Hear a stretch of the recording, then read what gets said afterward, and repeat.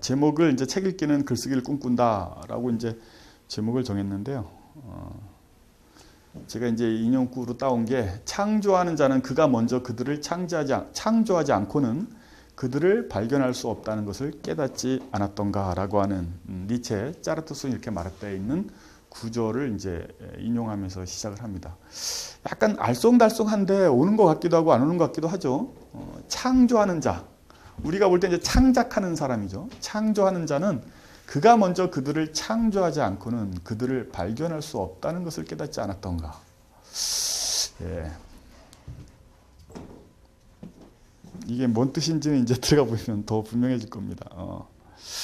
글을 열며라는 이 앞부분에서는 이제 지금 제가 이야기했던 것들이 나와 있고요. 그래서 이제 오늘 1강에서 이게 다 끝날지는 모르겠어요. 제가 욕심은 이제 1강에서 오늘 1강으로 이걸 다 끝냈으면 좋겠지만 시간이 3시간을 꼬박 해도 좀 어려울 것 같고 다음 시간도 약간 이걸 이어지지 않을까. 그래서 읽기 쓰기의 가장 원론적인 이야기를 여러분들한테 하고 그 다음 2강 후반부터나 3강부터는 이제 텍스트로 들어갑니다. 제가 이 글쓰기 강좌를 2006년에 시작을 하면서 처음 3년 동안은 합평만 하다가 쓰기만 가르쳐서는 안 되겠구나. 읽기도 함께 해야 되는구나. 라고 해서 이제 읽기를 함께 했어요. 읽기를 하면서 어떻게 했냐면 제가 그동안 읽었던 가장 좋은 책을 주로 이제 소설 중심으로, 그러나 이제 이번 학기는 여러분이 그림책이나 동화도 잠깐 볼 거예요. 하여튼 제가 가장 좋아하는 책, 이건 같이 공부할 만하다 싶은 책을 꼽아서 주인공의 나이 순으로 그 텍스트를 배열을 했어요. 이 소설의 주인공은 9살이다. 이 소설의 주인공은 3살이다. 이 소설의 주인공은 25살이다. 그러면 나이 순으로 소설을 쫙 놔봤어요, 한번. 그래서 한두 살부터 해서 70살까지. 그러니까 제가 볼 때 이건 명작이다 싶은 혹은 문제작이다 싶은 텍스트를 놓고 그리고 나서 그걸 쭉 읽으니까 굉장히 많은 것을 느끼게 되더라고요. 이게 정말 우리 살아가는 이야기구나 라는 거예요. 살아가는 이야기구나. 근데 이제 이 텍스트가 벌써 몇백 권이 되니까 한 학기에 다 가르칠 수가 없어서 19살 때까지를 순수화 성장이라는 테마로 묻고 20살에서 이제 30살 전후로 이루어지는 사랑 이야기를 만남과 사랑이라는 테마로 묻고 그 다음에 사회에서 겪는 어려움들이나 사회적 문제들을 다루는 것을 인간과 사회라는 테마로 묻고 그 다음에 이 테마와는 다르게 뭐 매직 리얼리즘이나 장르 소설 같은 게 있지 않습니까? 그래서 그거를 장르와 상상이라고 또 묻고 그리고 그렇게 해서 이 텍스트를 쭉 살펴봤습니다. 지금 최소 4강이 걸려요. 근데 지금 이게 4강 내로 안 돼요. 텍스트가 자꾸 늘어나니까 막 이제 이것만 해도 6강은 막 이렇게 가요. 그리고 나면 이 전체를 아우르는 스토리텔링이라는 강의를 합니다. 그러면 이제 그때는 막 영화까지도 좀 다루면서 도대체 이야기란 무엇인가라는 본질적인 이야기를 하게 되죠. 이제 최근에 제가 올 또 방학 때 준비한 강의 텍스트는 지난번부터 준비하고 있는 건데 이제 아직 제목을 못 정했어요. 명상과 글쓰기 아니면 경전 읽기 뭐 이런 건데 이제 경전까지 들어갑니다. 이렇게 해서 계속 10년 동안 강의 자료들을 모으고 강의 준비를 해오고 강의량을 늘렸어요. 이제 이번 학기에는 여러분과 함께 순수화 성장이라고 하는 테마로 주인공이 대략 19살 이전의 주인공들이 등장하는 작품들 속에서 우리가 이제 무엇을 볼 것인가를 봅니다. 그래서 제가 원하는 것은 이 주인공들과 내가 다르지 않구나 라는 것을 우리가 일단 공감하면서 내 삶의 이야기를 찾아내는 과정. 동시에 어린 시절은 순수한가? 혹은 어린 시절은 왜 순수하다고 기억되는가? 혹은 순수란 무엇인가? 혹은 성장이란 무엇인가? 자아 개발이 가능한가? 이런 것들이 이제 순수화 성장에서 우리가 살펴볼 수 있는 인문학적 성찰이죠. 근데 저는 어떤 인문학적 서적보다 이 명작 소설들이 정말 날카롭게 이 문제를 다루고 있다고 봅니다. 제가 제일 좋아하는 테마는 2장 테마예요. 만남과 사랑.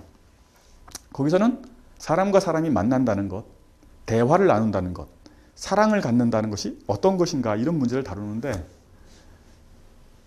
여기서도 마찬가지 이제 그런 걸 느낍니다.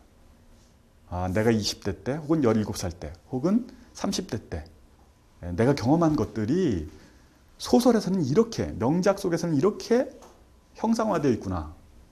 나도 그 길을 걸어왔고 어떤 부분에서 내가 잘못했기 때문에 혹은 어떤 부분에서 나만의 특징이 있기 때문에 내가 나일 수 있고 혹은 내가 사랑을 이루지 못했구나 등등의 문제들을 다룹니다. 그러면서 진짜 사랑이란 무엇인가? 만난다는 것이 무엇인가? 대화는 어떻게 해야 하는가? 이런 문제들을 또 인문학적 성찰을 다룹니다. 그런데 마지막으로 우리가 정말 다루는 것은 그래서 글쓰기를 어떻게 할 것인가? 이 좋은 모범 작품들이니까 이 모범 작품들을 통해서 이들은 어떻게 글쓰기를, 문장을 형상화를 했는가? 이건 이제 다루는 거죠. 그러면 텍스트를 읽는 데 있어서 단 한 작품을 읽는데 굉장히 많은 걸 정말 우리가 배울 수가 있어요. 그래서 이런 과정으로 이제 강의가 진행이 될 겁니다. 일단 한번 이제 들어가 보죠. 오늘은 강론이니까 아직 텍스트를 다루지는 않을 겁니다만, 이게 오늘 강론의 전체 순서는 어떻게 되어 있냐면, 읽기 쓰기를 위하여라는 게 이제 1강의 핵심이고, 2강에서는 새로운 문장을 찾아서라는 게 들어가 있습니다.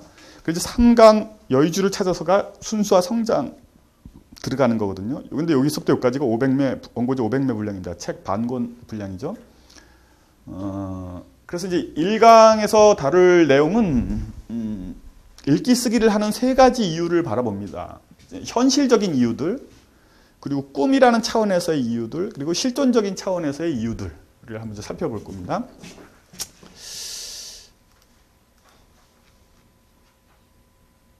자, 여기서부터 시작을 해볼까요? 그럼 이제 강의를 한번 들어가 보겠습니다. 첫 문장이 누구나 한 번 산다입니다. 누구나 한 번 살죠. 예. 이 한 번 산다라는 절대적 명제 속에서 우리가 태어나서 인생을 살거든요. 누구나 한 번 삽니다. 한 번 살고 죽는 거죠. 죽으면 영원히 이 삶은 복구되지 않습니다. 그냥 내가 죽은 뒤에도 복구 안 되는 게 아니라 우주가 사라져도 그리고 다른 우주가 태어나도 이 삶이 다시 반복되지는 않겠죠. 이제 그런 점에서 인생은 뭐 한없이 허무한 거예요. 그런데 한 번 살기 때문에 이 순간순간이 그 뒤로는 돌아올 수 없기 때문에 엄청나게 소중한 거죠. 그런 점에서 엄청나게 소중합니다. 근데 누구나 한 번 살기 때문에 평등해요. 참, 이명박도 한 번 살고, 나도 한 번 살고. 저 같은 경우는 그냥 저는 한 번만 살고, 이명박은 한 10번 정도 살았으면 좋겠어요. 그만큼 나쁜 짓을 많이 하는 거고, 그만큼 더 괴로울 테니까. 막 이런 생각이 들어요. 근데 참 불공평하게, 혹은 너무나 공평하게, 우리는 딱 누구나 한 번만 살고 죽습니다. 아마 이 세 가지 사실에 여러분은 다 공감을 하실 거예요. 그런데 이걸 이렇게 만들어 놓고 보면 되게 희한해요. 인생은 한 번뿐이다. 그래서 허무하다. 누구나 인생은 한 번뿐이다. 그래서 공평하다. 누구나 한 번 살다 간다. 그래서 인생은 한없이 소중하다. 이 세 가지가 다 가능하다는 거죠. 이 좀 이상해요, 이게 사실은. 왜냐하면 전혀 다른 관점이거든요. 아마 우리 셋이서 술자리에서 이런 얘기가 나왔다가 한 친구는 뭐 실연을 당했거나 뭔가 중요한 기대가 실망을 했거나 그랬을 때 사는 건 허무해라고 막 할지 몰라요.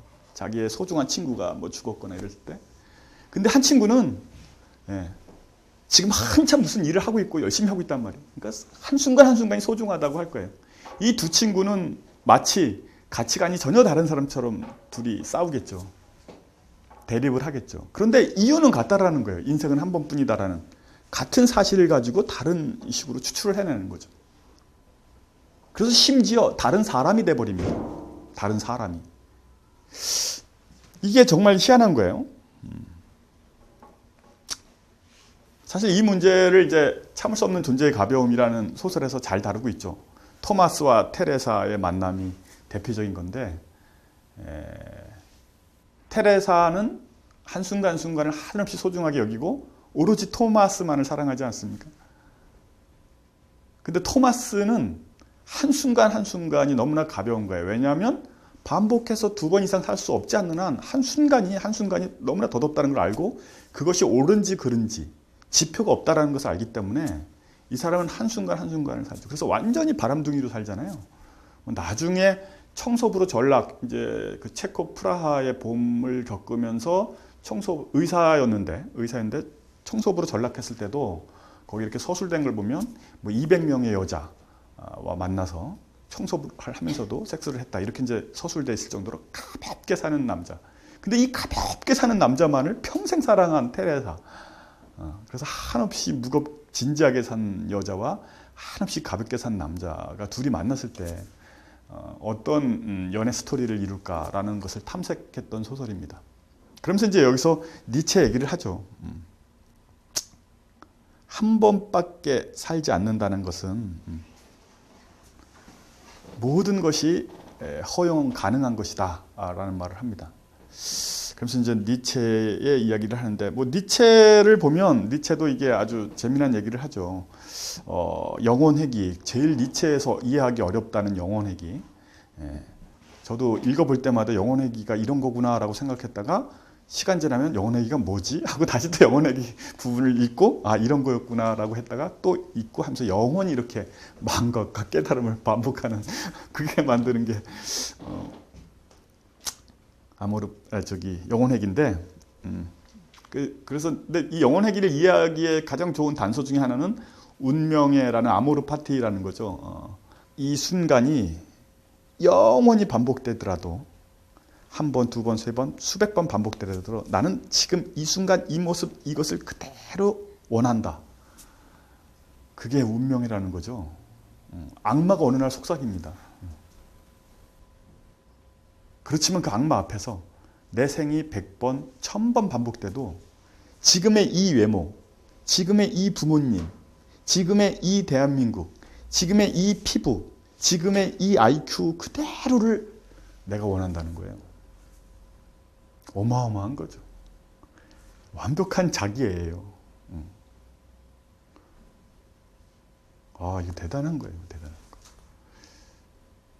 그래서 이 자기 애를 가지고 있을 때 이제 영혼회귀에 다다를 수 있는 거죠. 무한히 반복될 수 있는 그 순간을. 근데 아무튼 막 니체의 영혼회귀가 무엇이냐라는 것은 뭐 그 전공자들의 좀 더 분석적인 해석이 필요하고, 저는 그냥 아주 간단하게 예를 들어서 제가 오늘 강의를 굉장히 많은 실수를 했어요. 그러면 그 다음 강의는 좀 더 잘할 수 있을지 모르지만 오늘 실수한 강의, 그것은 1년이 지나도 여전히 그렇고 기억해보면, 그래서 2015년 2월 28일 나는 강의를 하면서 실수했다라는 사실은 1년이 지나도 10년이 지나도 100년이 지나도 내가 죽은 뒤에도 영원히 그대로 고착되어 있는 거죠. 그래서 이 순간과 영혼이 전혀 다른 것 같은데 이렇게 맞물려 있는 부분들이 있죠. 그래서 이게 이제 한 번 산다는 것이 전혀 다른 엄청 소중한 것과 엄청 허무한 것이 맞물려 있게 됩니다. 근데 우리는 뭐 이런 막 인생에 대한 철학 혹은 개똥 철학 이걸 얘기하려는 것이 아니라, 제가 사실 여기서 얘기하려는 것은 하나의 문장이 어떻게 만들어지냐라는 거죠. 한 번 사니까 참 허무해. 한 번 사니까 참 소중해. 이 두 가지만을 놓고 봤을 때 어떻게 같은 사실로 각자 다르게 연결이 돼서 하나의 문장이 만들어지느냐는 거죠. 정말 이 문장과 이 문장은 이렇게 이 생각을 가진 사람과 이 생각을 가진 사람이 만나면 서로 한참 논쟁하고 갈등할 정도로 다른 겁니다, 이게. 그런데 사실 알고 보면 같은 이유고, 그리고 단순히 문장 연결 방법이 다른 거죠. 근데 다른 생각이 되고 다른 사람이 될 수도 있어요. 여기에 뭔가 이제 문장의 비밀이 있어요, 사실은. 왜 이런 일이 벌어지는가라는 거죠.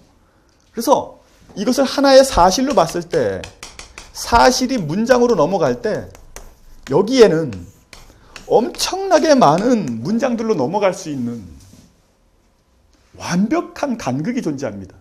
완벽한 간극이. 정말 이 1번 문장과 2번 문장은 전혀 다른 거거든요. 사실 어떻게 보면 180도 다른 거예요. 그런데 어떤 사람은 일로 가고 어떤 사람은 일로 온다는 거죠. 그래서 이제 이 문제를 따져보면 하나의 사실은 하나의 문장으로 재현되지 않는다라는 명제가 가능해지죠. 실제로 여러분이 이제 예를 들어서 연애를 했는데 이걸 막 소설로 쓰고 싶다. 아니면 어린 시절에 내가 이런 어려움을 겪었는데 이걸 글로 써보고 싶다. 그러면 처음에 당장 부딪히는 게 뭐예요? 첫 문장을 어떻게 서술할 것인가라는 거예요. 첫 문장을 어떻게 서술할 것인가.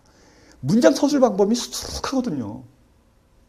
그래서 내가 경험한 건 하나인데, 분명히 하나인데, 그거를 서술하는 방식은 여러 가지가 있고 전혀 다른 글이 될 수가 있어요.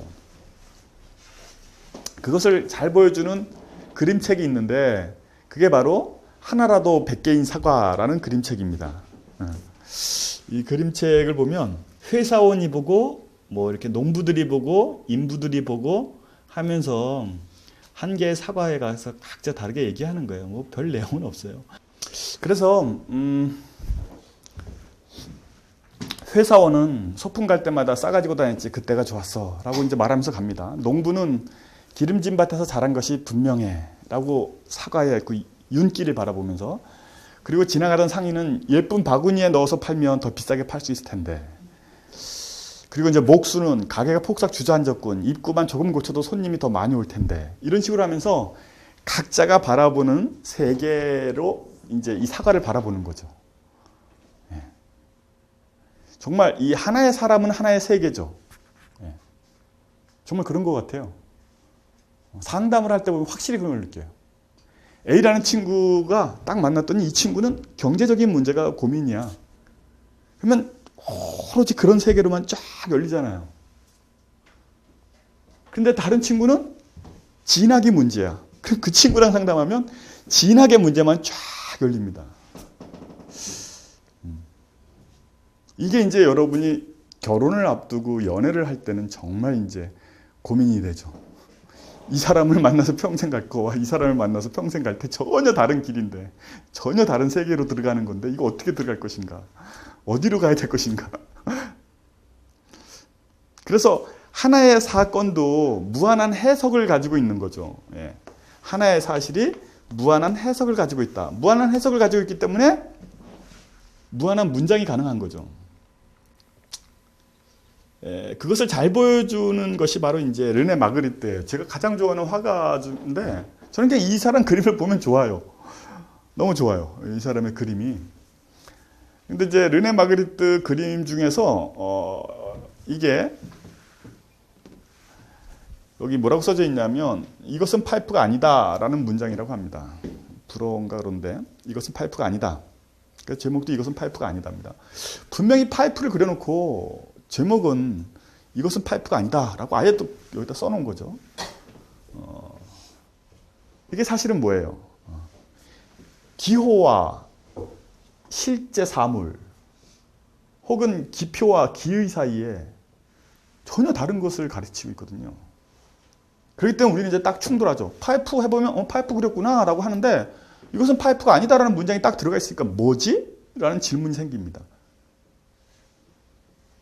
그래서 무슨 귀족의 어떤 유산을 뜻하는 건가? 아니면 폐병을 일으키는 기계라는 뜻인가? 아니면 어떤 부유함을 상징하는 뜻인가? 막 읽어내죠. 이 괴리가 생겼을 때 그 간극을 메우기 위해서. 근데 사실 르네 마그리트의 이제 철학, 그림 철학이 잘 드러나 있는 작품인데, 그 르네 마그리트가 어떤 사람인지 잘 드러내는 것은 이 백지위임장 같은 그림 같아요. 이것은 어떤 여자가 이 말을 타고 숲을 지나가는 모습이거든요. 우리도 숲을 많이 지나가 보지 않았습니까? 그래서 충분히 공감할 수 있는 그림인데 이 그림의 특이점은 그거죠. 나무에 가려서 보이지 않아야 될 지점이 보인다는 거예요. 혹은 말에 가려서 보이지 않아야 될 후경이 보인다라는 거예요. 그래서 현실이 아니라 우리는 흔히 초현실이라고 얘기를 하죠.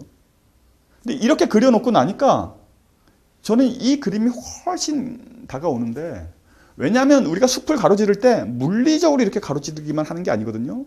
정서적으로 가로지르기 때문에 숲을 지나고 나면 스트레스가 좀 해소된다거나 기분이 좋다거나 숲의 공기가 내 몸속으로 충분히 들어온 느낌을 받는다거나 하죠.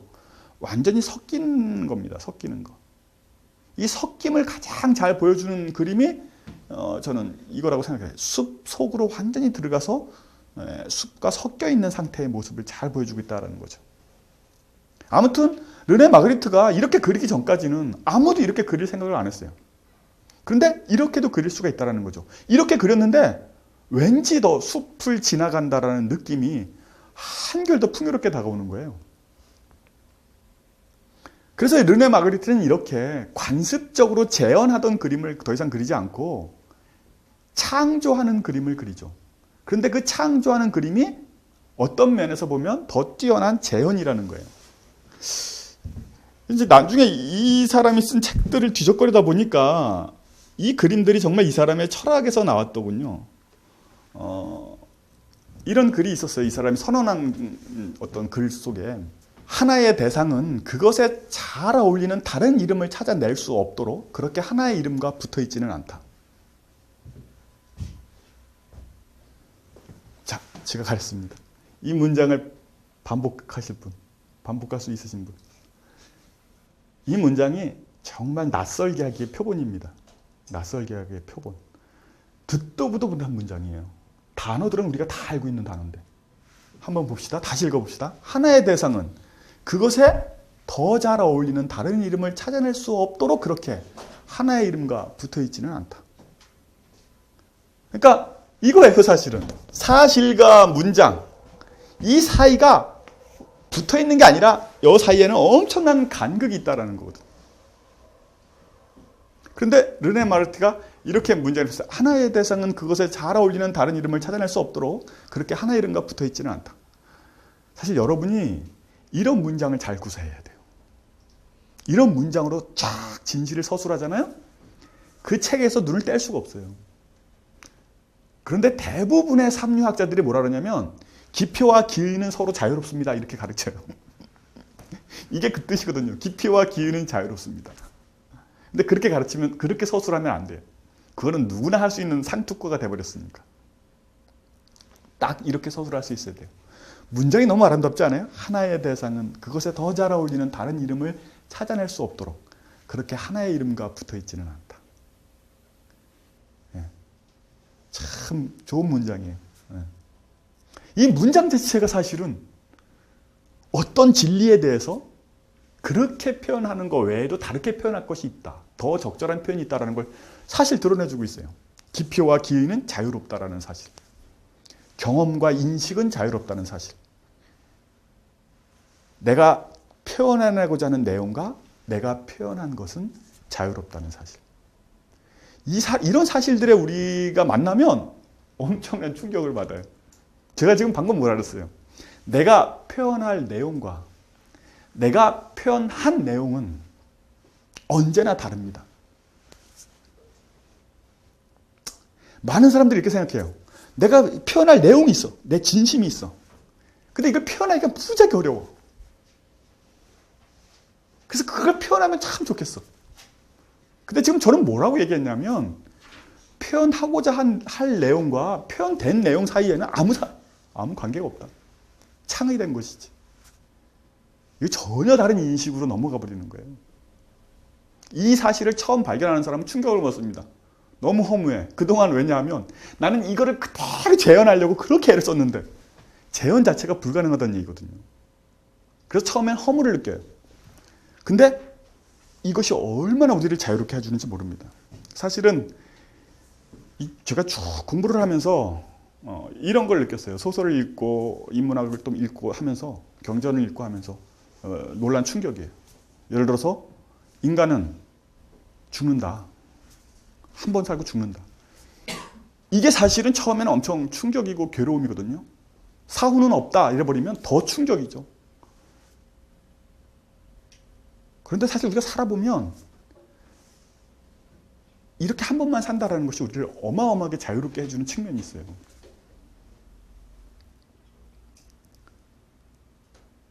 그리고 또 인간의 속성을 쫙 분석해보면 어떤 면에서 나는 이 세계와 늘 함께하는구나 라는 측면도 있어요. 죽음 혹은 또 사랑, 사랑도 우리는 어떤 사랑을 추구하고 싶고 한 번쯤 그런 사랑을 해보고 싶어요. 그런데 공부를 해보면 많은 철학자들이나 그리고 예수님이나 부처님이나 이런 분들이 그런 사랑은 사랑이 아니다, 없다라고 얘기를 해요. 그리고 나아가서 이미 너는 사랑이다라고 얘기를 해요. 이런 것들이 이해되는 어떤 순간이 되면 엄청난 충격을 받습니다.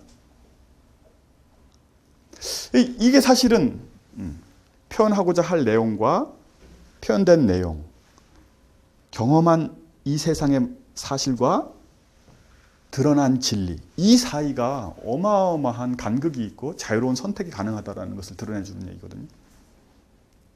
좀 더 한번 들어가 봅시다. 아주 이걸 구체화시켜야 되죠. 막 이렇게 명상가들은 이런 말 많이 해요. 경전에서도 이런 말 많이 합니다. 그러나 왜냐하면 이제 이거 한마디로 말하면 그거예요. 도를 도라고 하면 이미 도가 아니다.